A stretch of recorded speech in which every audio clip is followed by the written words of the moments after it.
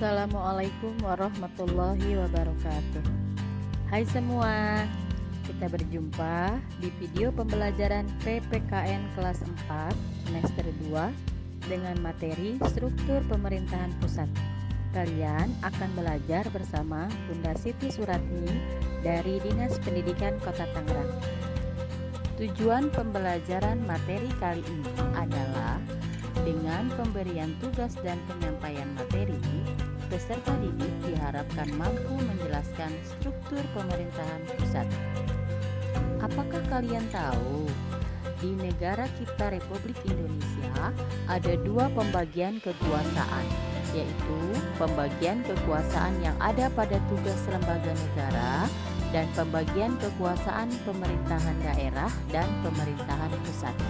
Pembagian kekuasaan pada lembaga-lembaga negara ada tiga, yaitu lembaga legislatif, lembaga eksekutif, dan lembaga yudikatif. Tujuan pembagian kekuasaan adalah supaya pada saat penyelenggaraan tidak ada penumpukan kekuasaan pada lembaga tertentu dan tidak ada kekuasaan yang tidak terbatas. Tapi sebenarnya kalian sudah tahu belum apa yang dimaksud dengan pemerintahan pusat itu? Nah, buat kalian yang belum tahu, yuk kita pelajari sama-sama. Pemerintahan pusat adalah perangkat negara yang bertugas untuk mengurus berbagai permasalahan negara. Pemerintahan pusat terdiri dari presiden dan wakil presiden beserta para menterinya. Pemerintahan pusat saat ini bertempat di ibu kota negara, yaitu di DKI Jakarta. Tahukah kalian bagaimana struktur pemerintahan pusat itu? Struktur pemerintahan pusat. Yang pertama ada presiden. Jabatan Presiden Republik Indonesia yaitu sebagai kepala negara dan kepala pemerintahan Republik Indonesia. Yang kedua ada wakil presiden. Wakil presiden merupakan jabatan pemerintahan yang ada satu tingkat lebih rendah daripada presiden. Selanjutnya ada MPR RI, Majelis Permusyawaratan Rakyat Republik Indonesia, adalah lembaga legislatif bikameral yang jadi salah satu lembaga tinggi negara dalam sistem ketatanegaraan Indonesia.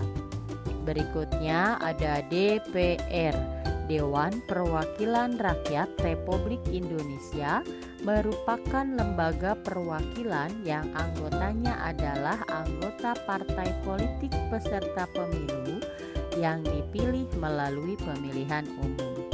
Selanjutnya ada DPD, Dewan Perwakilan Daerah, yang anggotanya perwakilan dari setiap provinsi yang dipilih melalui pemilu.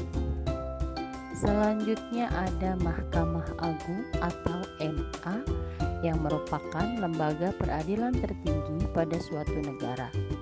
Setelah Mahkamah Agung ada Mahkamah Konstitusi atau biasa disebut dengan MK, yaitu lembaga tinggi negara dalam sistem ketatanegaraan yang merupakan pemegang kekuasaan kehakiman bersama dengan Mahkamah Agung.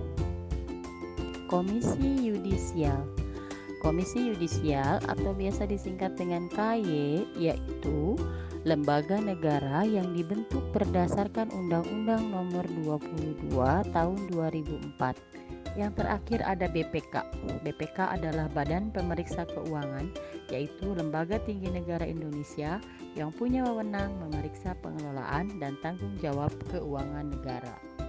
Nah, itu tadi pembahasan mengenai struktur pemerintahan pusat.